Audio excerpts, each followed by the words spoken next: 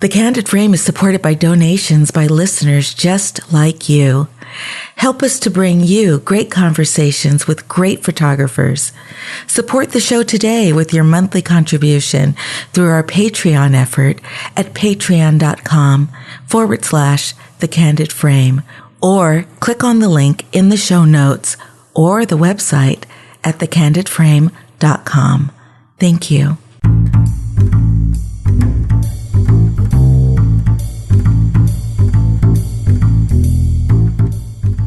This is Ibarian and this is The Candid Frame.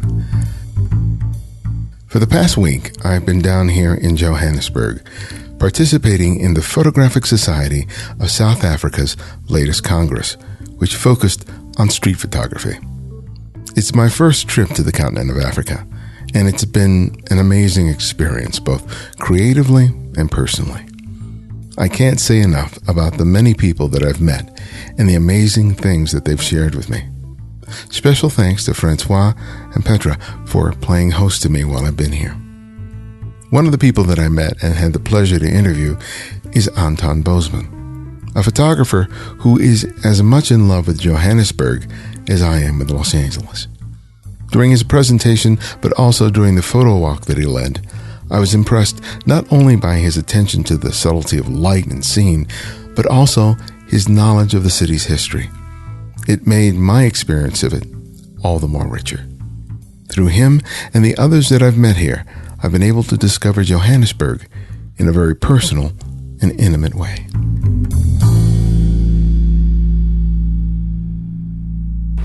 But thanks for sitting down and talking with me. Only a pleasure. Greatest pleasure. It's a privilege, actually. I've got to enjoy so much of you. That's fantastic. Likewise.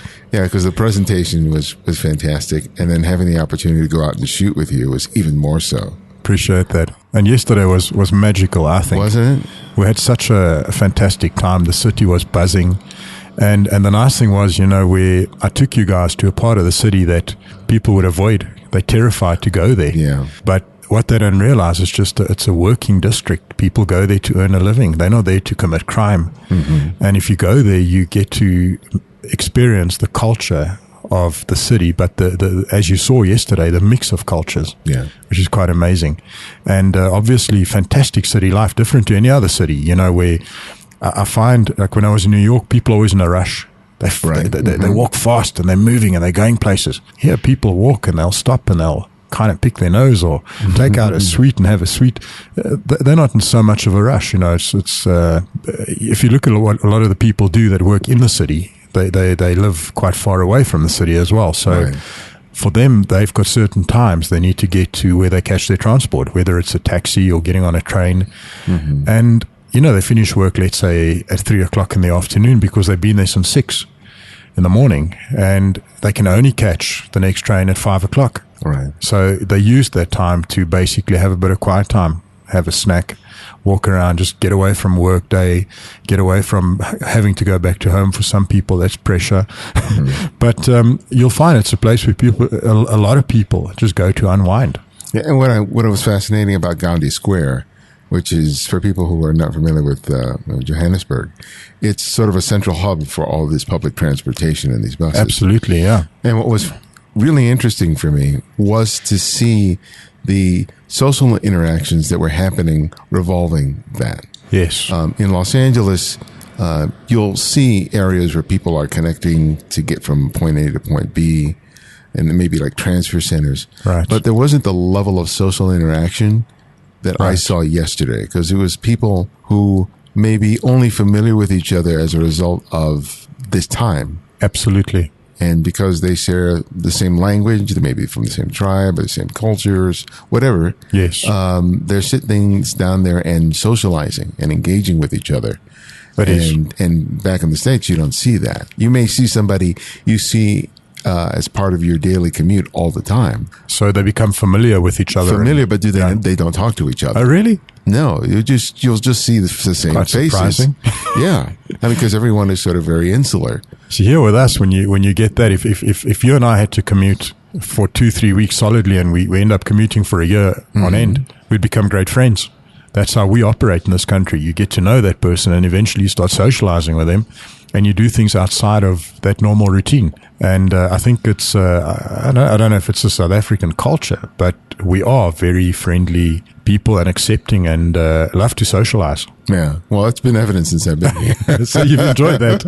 And all without having it being sort of massaged with a lot of beer. Yes. Yeah, we love our beer. Oh, yes. If you had more time, we'd be doing what we'd call a couple of beer cruises. Sounds dangerous. The craft beer industry has taken quite a sharp upturn in South Africa. There's a lot of guys that are brewing microbreweries, brewing their own beers, and it's quite exciting. It's very nice to have that. And then you have a good friend of mine is a Belgian citizen, but he's the head of the Chefs Association of South Africa. Mm-hmm. And he then is linked with the guys who import all the Belgian beers. So he hosts dinners where people can go and just sample good food and beer along with that, as opposed to wine. Okay. So we love our beer in this country. All right. Well, we got to make a plan to do that before I go. We should definitely. One of the things that really resonated with me was your love for the city. And as you were talking about it, it was really interesting because there's a certain perception that I've picked up on during the short time I've been here in terms of, as you said, downtown Joburg as being a place that's best avoided. You don't go down there alone, especially with a camera, so on and so forth. And I completely understood that. Yeah. Because when I started shooting in downtown Los Angeles, that was the very same perception. I started shooting down there over 25 years ago. Wow. And it was a place that you didn't go down to if you didn't have to. Oh, really? Much less with a camera, right? Some people work down there, but it was like, get in, get out. Oh, wow. There was a large population, mostly of Latino immigrants. Yes. For whom that was a commercial center. Right. Social center. It wasn't too far for what's known as Skid Row, which is, at the time, was the location of the homeless population. Okay. But in recent years, that homelessness is sort of spread out throughout Los Angeles. But during that time, people did not go down there. And there was a real negative perception of the area, which I didn't necessarily embrace because I had grown up in and around that area. So I had had a very different experience coming up in that area. Okay. For me, I thought it was beautiful. I thought it was fun. Yes. It was interesting. Unlike other parts of Los Angeles that had become, to my eye, very clean but sterile. Over-commercialized. Yeah. There was personality there. There was amazing light. So as a photographer, I went there as sort of a direct response to that because I wanted to show that, no, it's more than what you think it is. Yep. It's a place that's worthy of exploring for its own beauty, its own contrast, its own dichotomies. Yes. And as you were doing your presentations and showing your photographs and taking us around, he's like, oh, he's my brother from another mother.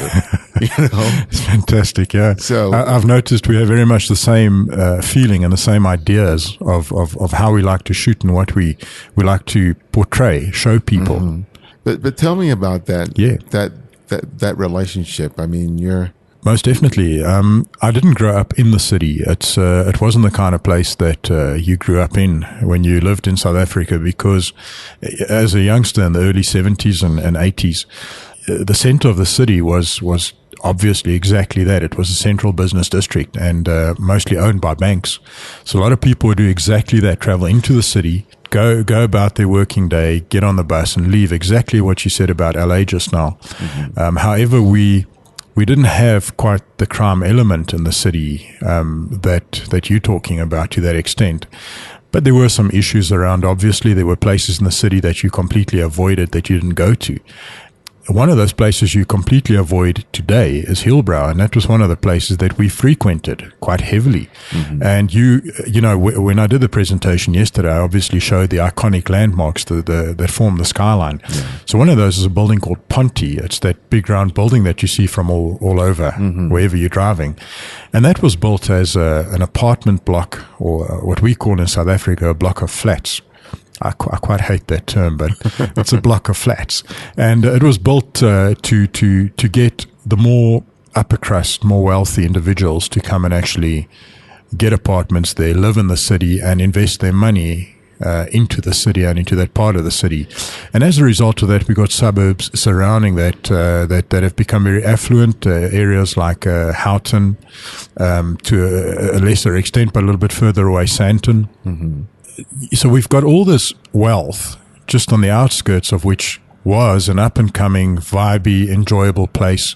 I remember buying a pair of shoes there. I was big into the punk and gothic scene in the late 80s. I loved it. And obviously dressed the part. So I was looking for a pair of winkle pickers, and I remember getting on the bus from where I lived. I lived in an area called Sunny Ridge, which was probably about, we're talking kilometers, we're talking about 25 kilometers away from the center of Hillbrow. So I would get on a bus at 6 o'clock in the morning and go down to a town called Germiston, catch a train into the city, and eventually get here by 9 o'clock. And go into Hillbrow by foot, which is quite a way away. But the nice thing was I went to a place called Hillbrow Record Bar. So I'd first go and buy a couple of records, always. I've still got one of the Sisters of Mercy albums that I bought back in the day that I spin quite often. I actually went and hunted a couple of Jamaicans down that handmade winkle pickers. What are winkle pickers? So winkle pickers are what some would call fairy shoes. They're those pointy shoes that extend very long to the front and almost curl up. So very similar to what Peter Pan would wear, I would guess. And they were high fashion back in the day. And I desperately wanted a pair of those, and I made a way to get them, you know. I don't think I made that to the States. Yeah, I don't think so. I don't remember those. And then, you know, I recall doing trips like that, coming into the city to buy a pair of Dr. Martens. And you know, for a boy that grew up in the outskirts, the suburbs, as we call them, the outskirts of the city, I was always fascinated by the place. And you look at the buildings and you think it's Sodom and Gomorrah, because you get told it's a wild place. And as I said in the presentation, my mom said to me when I was a kid, she said, if we had to drop you off there, you'd go missing. We'd never find you. That place is like a complete maze. You're just going to get completely lost. And when I eventually had my own feet and I could do my own thing, you know, there were the times that we would come into the city and we'd look at the Christmas lights. So, you know, back in the day, they would scatter the streets. I mean, all the street lamps had Christmas lights, and you would drive it. It was like a show. And people would come from far and wide. People would come from places like the Free State to come into Johannesburg. We're talking 300-400 kilometers away. Drive to Johannesburg to come and look at the Christmas lights in the city. It was a very up-and-coming place. We had places like Ponty, which was for the more well-heeled. And right next to it, you've got a place we call the Telkom Tower, which is one of the other iconic landmarks that you see. It's that long extension that's got the slightly thicker rounding at the top. That's used for broadcasting and any form of communication as such.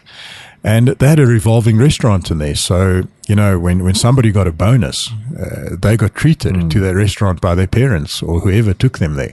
So for us, the city became a place of, it was vibey, it was nice, but you didn't want to spend time there. You went there to experience certain things. And for me as a kid, I completely fell in love with that. I love nature. Don't get me wrong. I absolutely adore nature, and I could live in the mountains for years on end, not worry about anybody.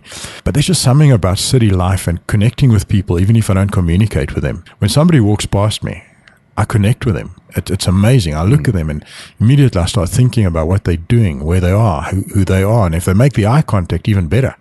And if I then can strike up a conversation with them, I'm in heaven. I absolutely love it. I just want to find out what they're doing. Who are they? What are they doing in the city? So as a kid, you know, you'd come in and you never made that connection. And when I found my feet, I came into the city on a very regular basis. I was in the city about 3-4 days of the week, and eventually made it to university, where I studied at Wits University, so in the city itself. So I found myself traveling back and forth day in, day out into Johannesburg to Gandhi Square, which was the old, we knew in the old days as Van der Bijl Square, which was also the hub of traveling for people. You know, it's where you got your transport to get your certain destinations. And through that, I started getting my own mind. You know, you don't have your parents, you don't have the family, you don't have anyone else giving you negative thoughts about the city. And you're walking around, you start mixing with people, you start experiencing different cultures. But for me, the biggest revelation was when I found out what type of architecture this place had. It has got such a massive variation of architecture. You've got buildings, a building built in 1908, and you've got a building built in 1938, both standing back to back, sharing one city block. It's for me, that's just absolutely amazing. And these buildings are still standing today, and they're intact. And they're looking almost as good as they looked all those years back. And I started looking at this, and I thought to myself, it's an amazing place. To a point where I actually found friends that lived in the city, and I would just squat with them for a week. Say, can I come and stay at your place for a week? I don't feel like going back to where I'm living. No problem. And I end up spending a lot of time in the city going to clubs. And I tell you what, Ibarionex, that is completely the thing that tilted my passion for this place even more. It kind of crept into my heart. I fell in love with the place. I fell in love with the streets. I just fell in love with the vibe of the city and with the infrastructure. You know, coming from an engineering background and what I studied, infrastructure became a very vital aspect of my thinking. You know, I started looking at everything with I hate to say it, but a bit of an engineering mind. Mm-hmm. You know, I'm inquisitive, and I want to know how every single thing operates. And I started looking at the city infrastructure, and we're in a coffee house, so we're going to have momentary background interruptions. But there we go again. It's not too bad. They're grinding a lot of beans. It's good. The coffee here has been amazing. Absolutely. So I'm not complaining that much. So my first year as an apprentice, obviously I worked as an apprentice. I ended up working in the city, mm-hmm. and I ended up doing stuff that your day-to-day person would not see, being taken into underground tunnels, being taken into buildings and having access into parts of buildings that people would never see. And I just grew fonder and fonder of the place. And it was towards the mid-90s almost, early to mid-90s, that the crime element in Johannesburg really got bad. And people started avoiding the place. People just started fading away. And for myself, it was at that time of my life where I had now met somebody, I had gotten married, I was looking at doing something else, and I was taken out to Midrand, which Midrand back in the day when I moved there, it was seen as a farmland. You know, you lived out in the country, and it really was countryside. And that's probably about 30 kilometers from Johannesburg. And I completely forgot about Joburg. I'm quite an avid cyclist. And a lot of my friends would say to me, listen, we're keen on road cycling, but where should we go? And the only place I knew was Johannesburg. And I started bringing people into Joburg on bicycle, riding bicycles through the city. They were horrified, but they were also as excited as you can imagine. So they'd come in here thinking they're going to get murdered, but they would walk away completely thrilled, loving what they saw, loving the graffiti, loving the people, loving the buildings. And I decided to make Joburg a project of mine, and I call it my Josie project, which is going to be an ongoing project. And currently I've got about 8 years of content that I've taken off the city. And if I look back on those files and from where it started to where I am now, it's amazing to me how the place has evolved. So I've also got the sense of excitement as to, I know where it was in the early days. I know where it ended up when the crime element stepped in. Mm-hmm. I know where it is now, but how exciting is it going to get moving forward? Yeah. So I'm super excited about that. Is this what jump-started your photography? What was happening photographically before this project? So for me, out of school, it was spending time in a dark room. I loved the developing side of it, and I had a camera shoved into my hand to do real estate photography, which I absolutely hated. I did not like it, I never, ever wanted to touch a camera after that again. And I went out to San Francisco in 2004, and I bought myself a little Panasonic Lumix. I thought, you know what? I'm going to take photographs while I'm there, because it's California, and especially San Francisco, was a dream destination for me. You know, I think if you grow up in certain places, you dream of what you could do in other places. Right. So a big dream of mine was to ride over the Golden Gate Bridge on a bicycle. I didn't even know it was possible till I got there. And I did exactly that. And I experienced San Francisco for 2 weeks, took photos in the place, came back, and what I saw excited me, because how am I going to show my wife, my friends, what I experienced? And I suddenly had this in picture. Mm-hmm. And I realized I was making memories. And that's when I decided, you know what, it's time for me to take this a little bit more serious, start taking photographs, and just eventually bought myself it was a Canon 450. Okay, yeah. Or Canon 400 it could have been even. And I took some horrendous photos for the first 6 months. Absolutely shocking stuff. And I never went on a course. Ended up buying a lot of magazines and all the technical jargon just straight over my head. And I just started studying the pictures in the magazines.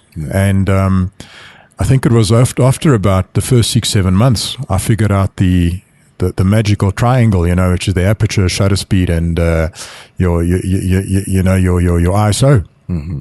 And I started playing with those, and from there found my genre, found my niche, and it's become a simple thing for me to do. You were talking about the architecture earlier, and yes. I got to see it firsthand yesterday, and it was really amazing to see basically decades and ages and architectural styles different. Yeah. All in close proximity to each other.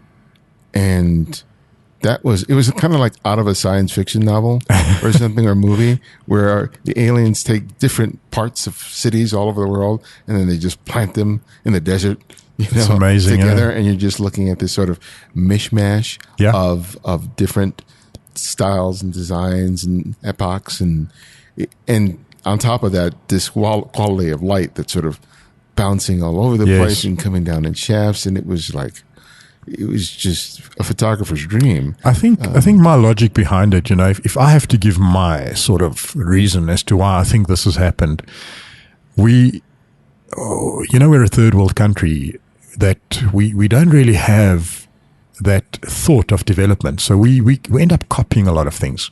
We're a lot of knowledgeable people, but we end up copying what the rest of the world does. Mm-hmm. So we talk fidget spinners. When the fidget spinners became popular all over the world, it probably became popular here a month later. So by the time everyone else put them down, we all got excited about them. So we was a bit late to the party. And I think with city development and architecture, it's very much what happened back in those days. So if we go to the very late 1800s, 1700s when buildings were built, and even the early 1900s when we had the likes of Sir Herbert Baker that came and designed buildings, some of these still standing, but on the outskirts of the city in suburbs. I mean, there's this stone church in Boksburg that you would go absolutely crazy for. And it stands in the middle of nowhere, and it's exceptionally well kept. But I think when city development happened and future development, I showed you the 5 different years of Art Deco in one street yesterday. Right, yeah. Whereas I think in cities like New York and other places, if they built that style of Art Deco, that whole condensed 5 city blocks became exactly that, because they knew what they were doing at the time. I don't think the guys here really knew what they were doing. They would develop something, then go on about their business and decide, okay, we got this, let's do another city block and let's develop some buildings over here. And that came sort of 2-3 years later when the old architectural changes had already started happening. And that's where I think in one city block you find such a mix of architectural designs, because the guys who built this basically looked at what the era was, going, okay, well, this has been standing here for the last 15 years.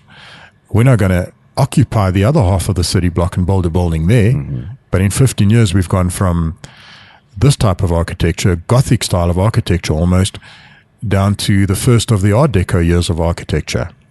And I think that is really what's happened. So as we walked down the streets yesterday, you had architecture running all the way from predominantly from the 1950s, a little bit of the 1970s, quite a lot of the 1980s when a lot of development happened in the city, and plenty in the 1930s and then early 1900s. There seem to be years that have kind of gone missing in between. When you mentioned when you first picked up a camera, you were taking a lot of bad pictures. And eventually you got better. But can you talk to me about the moment when you started looking at your photographs? And it wasn't just that they were technically bad. Yeah. It was just the issue that they were good, but they weren't capturing what you felt about the city. Yes. And how did you transition from that to what you're creating now? It's an interesting question with a very simple answer, really. And it's going to sound very boring to some people, but I actually had no clue of the rules of composition. So I love art. I absolutely love art, and I'm a terrible, terrible artist. When I try and pen something, it just looks horrible. Mm-hmm. I cannot draw a person's face without them looking like a stick figure.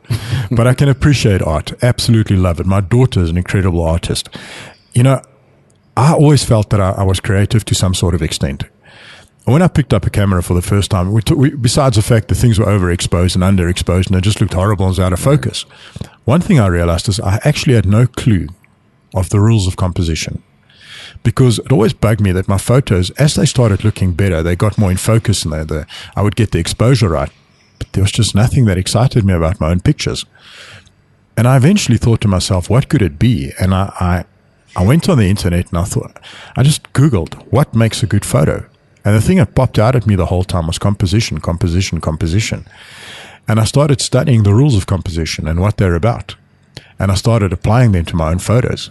Many people would say, but that is such a generic, simple thing to do. Do you really want to be a copycat of someone else?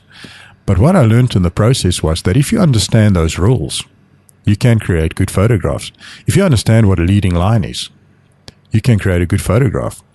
If you understand perspective, things running into a depth of field, you can create a good photograph. So for me, I've applied first off composition first. So now when I look at an image, I found my own style, my own unique style, and I apply what I like to see in a photograph. But I've had to understand basic rules of photography first before I could apply them and then eventually create my own style out of that. Mm-hmm. So at many of the some of the photographs I make, many of them, I completely break those rules. But it's also become a thing of feeling for me. So if it feels good to me when I'm looking through the viewfinder, I know that I've got something special that's going to happen. Did your awareness of light come along the same time, or that before or after? When it came to people, I had absolutely no clue what to do. Mm-hmm. But when it came to landscape or architecture, I grasped it immediately. I just knew what I was looking for. And I would say within the first month of picking up a camera, deciding I'm going to do the type of photography that I do, I quickly realized that the golden hour is where I want to be, because that is when I'm getting the light fall, I'm getting the shadows. So the awareness of light came for me pretty easy. It was playing with the light that became a whole different ball game for me. So how do I cheat the light in essence? So we know the light's falling like we saw in the city yesterday in the one image I showed you just now. We know the light's falling on the city, but how am I going to use some of that light and expose that onto a building, right, and keep another building fairly dark to create an element of wonder, but then still lead you straight down the scene so you've got a bit of a destination? And it's almost like when I create the image, it's almost like you're walking or driving in the car, and at that moment the light's falling in the city, but I want you to experience that moment. So my understanding of light was there, but it was just how to apply that light and bring it into the image. And that became a waiting game, because the first thing I did, I think as most people do, you get somewhere, you get excited, you see the scene, grab your camera, you immediately want to take a couple of photos, and you never get what you want. So now I look for the light, I see what the light's doing, but I know that if I wait 2, 3, 4, 5 minutes, something really magical is going to happen. Yeah. It's playing that waiting game. Yeah. I mean, whether you're doing what you're doing, what I'm doing, it really is willing to be patient and wait it out and risk that you may miss it completely. Absolutely. But I think the embracing of that is what opens those magical moments, those surprises that you couldn't even anticipate when you initially stopped at a scene and think, there might be something here. Yeah. A lot of people say to me, how do you do that? Do you do a lot of editing? Is a lot of Photoshop? I don't know if I could say this on air, but you can't polish a turd. It's impossible to do that. So you got to kind of capture what you're looking for right there and then. When you walk away there, you've got to know that you've got 90% of what you're going to try and create. The end result has to be there. Yeah. And often when I shoot now, I shoot with the editing process in mind. I know exactly what I want to do. So I understand my equipment, and I know what the dynamic range of my equipment is. With the gear that I'm using, the Fuji equipment, I know that I can really lift the shadows. So if I'm looking for detail in clouds, I use a lot of cloud movement or clouds to create that third perspective in an image. So if I look for detail in the clouds, I know that it's not that easy to pull back the highlights. So I tend to underexpose the image, but I know exactly by how many stops I can underexpose. Right. Because I know that I can lift the shadows by that much when I do go sit down in Lightroom and start editing the image. When people talk about camera stuff and I see reviews they talk about it has a very wide dynamic range, and they talk about it in terms of the abstract. Yes. And looking at your photographs is like, when people start talking about dynamic range in that respect, I say, you really want to understand why it makes a difference? Take a look at Anton's photographs. Seriously, does, yeah. Because your photographs would not have been possible in the days of film or even the early days of digital. Totally impossible. You really reveal why this technology has sort of really opened it up. Yes. And the remarkable stuff is that you're doing it without using HDR software, that you're just using the dynamic range of the camera and in Lightroom to create your photographs, which I think surprised a lot of people because they when they asked you that question, I'm sure that a lot of people in the audience are very surprised that that's how you were working. I've tried the HDR approach where you take 5 images, you don't get the same result. Then you try the HDR software and it starts looking like a cartoon or like a little hand-drawn picture. And I thought to myself, there's got to be more to this. And I realized it's actually us. If we need all these programs, if we need to overlay images to show the shadows and the highlights. Now, we know that the eye has a dynamic range next to none. No camera can actually compete with the eye. But if we just spend our time, and so what I would do, I would take different exposure readings, meter readings. I would expose for the sky, see what the light meter is doing, go down to the mids, go down to the shadows, and then work out my own meter reading according to that, understanding how much of the shadows I can lift or pull back on the highlights. If it's a nighttime shot, maybe I'd completely overexpose because I know I can pull back on that. You're 100% right. It's understanding what the dynamic range is, but once you do a single image like that, you've got so much to play with. Obviously, take it in RAW, but people think, you're boosting those colors like crazy. If you take the image properly, you're getting all the colors out of the scene that you're supposed to get. And with me doing the long exposures, you can well imagine, I can't stand there and expose 3 minutes, do another shot of 3 minutes and another shot of 3 minutes, and then try and create essentially an HDR out of that. So I think HDR is very good, but I think it also gets overused by a lot of people because they get excited. They want those images to pop. Right. But they're too lazy to utilize the equipment to actually get that right in camera. You can get that so right in camera. And the understanding of it is completely wrong as well. They don't realize that. So why are you taking 3 different exposures? And they can't tell you why. They don't realize we're taking one for the sky, we're taking one for the mids, we're taking one for the foreground. And when we overlay them into an HDR program, or Lightroom has got that HDR function there, you're basically creating layers of what you've taken. And often I find it just doesn't give you the same result that you get from one image. It's my own pickiness, I would guess. Definitely composition, the key. You get the composition right, you could mess up a whole bunch of other things and still have a picture that's going to excite people. And then once you expose properly and you want to show certain details, the world's your oyster. You can do so much. Well, what's interesting about the colors of your image, and when you were describing the process, I kind of realized that you reveal colors that we can't possibly see with the human eye.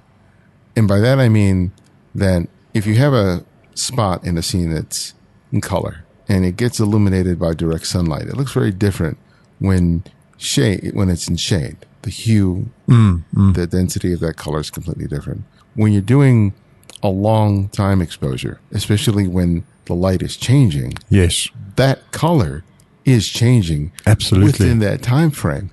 So there's no real quote unquote true color to that thing. 100%.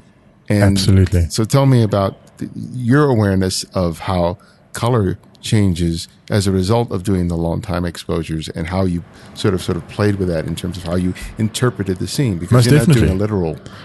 For landscape photography, it's pretty simple. So it'll give you the different colors that you get in the sky. If it's a coastal scene, obviously you'll get the mix of colors falling over the water as well. So you're not going to get just an orange glow on the water. You could get orange with a bit of pink and even a bit of purple reflecting on the water, because you're getting that. And we're talking 5-minute exposures here, long exposures. And when you do it in city type photography or buildings or urban photography, and you do long exposures there, it becomes so much more magical, because you're getting the light change in the sky, but you're also getting the light change on the buildings. So you can well imagine if you're standing in the city like we did yesterday at Gandhi Square with those tall buildings, the one building in particular, if we're looking towards the east, if the sun falls just perfectly on that, it becomes this gold nugget. It is perfectly gold. But if you take a 5-minute exposure there, you suddenly get all sorts of contrasts and colors in that particular building. Do it as a one image shot, you've got this gold nugget. But do it over 4 or 5 minutes, you start getting gold to a bit of orange, to a little bit of yellow, and then going into darker colors down towards the bottom because now starting to pick up shadows. So you get a building that almost looks like you've gone and taken a brush and just slapped it with a whole bunch of colors. And this is the kind of thing that you can't do afterwards in any post-processing. Yeah, because it's interesting, even though we have similar sensitivities. Yes. I'm factoring things at 200th of a second, 250th Absolutely. of a second, and you're doing it over minutes, but we're both responding to the same thing. Because that shot that you just showed me, as I was making my shot in the corner, I noticed that corridor, and then a beat second, I see you making your photograph. And I was like, yeah. Tell me about what surprises you in terms of how people respond to your photographs, especially people who are from Joburg. It excites me. At times I get quite shy. So when people do give praise, I become a little bit flabbergasted. But it's exciting for me because I don't create for people. I create for myself.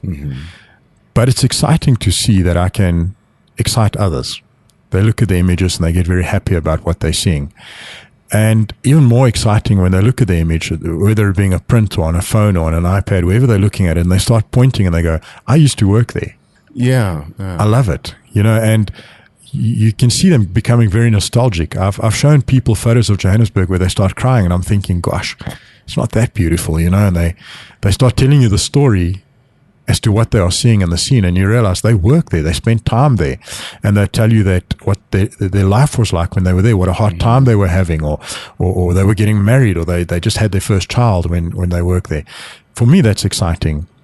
I think the thing that excites me the most is that I've always wanted to be an artist because I won an art contest when I was in primary school. It was a charcoal black and white picture of trees that I saw in a forest on a school camp, and I could draw. I drew that. My mom's got the picture. She's very proud of it, and I still can't believe it's mine. But I've never been able to replicate the fact that I can draw things. And I love the arts and the cultures. I love music. Music is my life. And I love art, and I love people that are creative. Absolutely creative. I mean, I saw this guy on YouTube last night, some Australian kid that plays the piano. He's never been taught. 16-year-old kid, Kush, I think they call him. It's phenomenal. I was in tears to think that kind of creativity can come from man, but from his heart. It wasn't taught. It comes from his heart. So we are unique as human beings. So I've always wanted to be the kind of person that shows that, listen, I can be creative and I can excite you about things. And photography became that avenue for me. And that's why it's now gotten to a point where I shoot for myself, but I also shoot thinking, I wonder what people would want to see in the scene, and what's going to get them excited about what they're seeing. So it's a bashful thing for me when they get excited about it, but when they start talking about what excites them about the image, that's when I get really, really excited. You mentioned that you're an avid cyclist. Yes. As compared to driving, the way you experience your environment is completely different. Totally. You can turn off to a great degree when you're in a car. You really can't do that on a bicycle, one, for safety reasons. Sure. But I think it opens you up to your space in a way. Completely. And tell me about how that experience, that the way you experience the world visually on your bike, influences what you do when you're behind the camera. I think that has got a big impact on the way I compose for a scene. Because when I do cycle, whether it's on the mountain bike, off-road in nature, or I come into Joburg on the road bike, I see a photograph.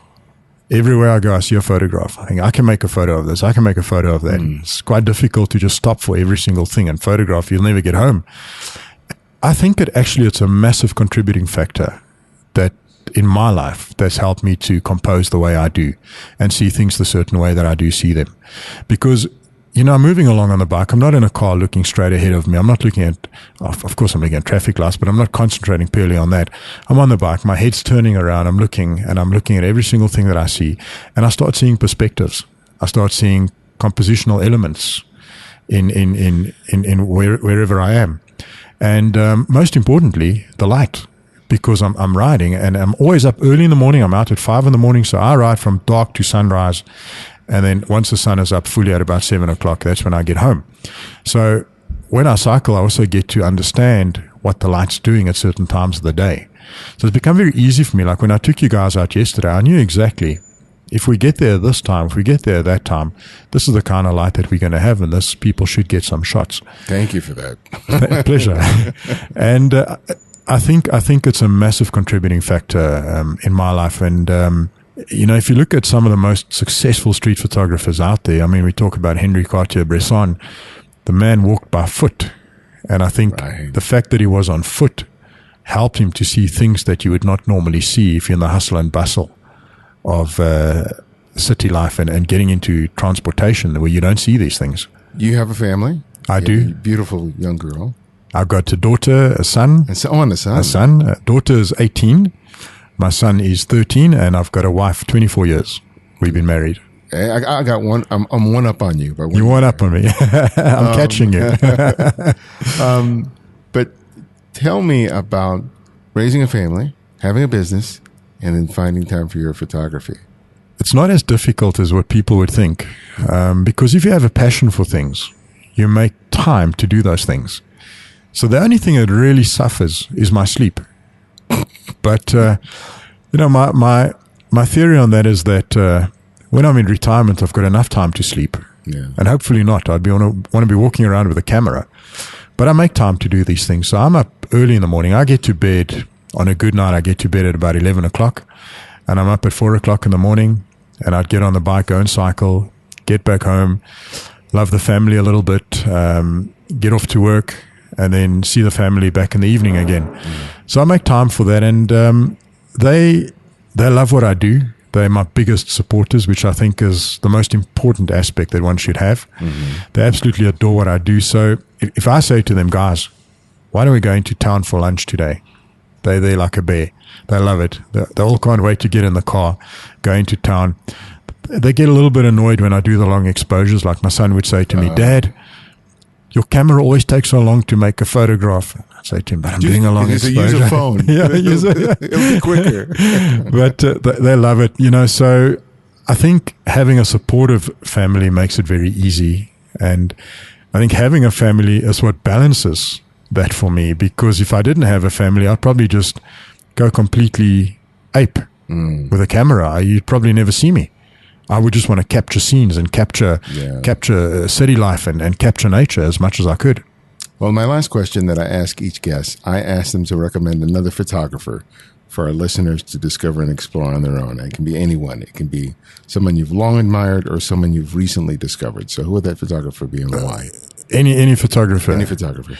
It's quite a difficult one for me because I don't want this to sound vain, but I don't really admire too many photographers. It's a funny thing for me. So I'm absolutely a big fan of Ansel Adams. He's been a big inspiration to me. I absolutely adore and love what he does.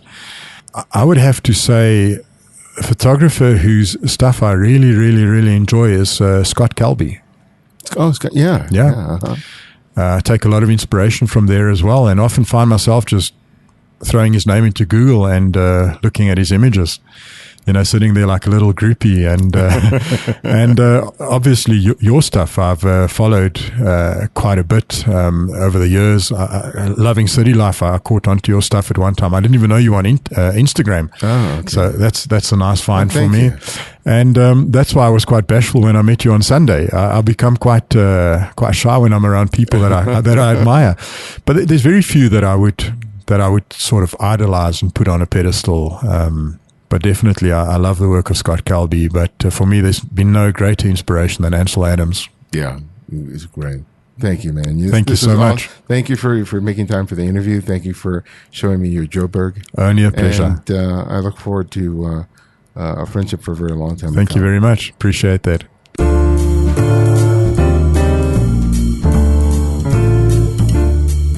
Thanks again for joining us, and to Anton for sharing his story. To find out more about Anton and his work, follow him on Instagram at Ant Bosman. That's ANTBOSMAN. And thank you for your continued support of The Candid Frame. If you haven't already, please take the time today to write a review in the iTunes Store. Your ratings and comments help people to discover the great conversations that we offer here at TCF. Thanks to Dylan Haskin from South Africa and Enrique Wiesel from Canada for their 5-star reviews. You can also support the show by making a monthly contribution through Patreon. Visit patreon.com/The Candid Frame, or you'll find a link in the show notes and the Candid Frame website. Or if you just want to make a one-time contribution to the show, you can do so via PayPal by clicking on the donate button on the Candid Frame website or the show notes. To access our complete archive of interviews, download the free Candid Frame app, available for Apple iOS, Android, and Windows. It's the fastest and most convenient way to hear and save any of the great interviews we present here at TCF. Links for each can be found in the show notes and the website at thecandidframe.com. The Candid Frame's audio engineer is Martin Taylor, who you can find at theothermartintaylor.com. The show's senior producer is Cynthia Parker, and our music is from Kevin MacLeod, whose royalty-free music can be found at incompetech.com. And you can follow me on Twitter and Instagram at simply @IbadianX. And this is IbadianX, and this is The Candid Frame.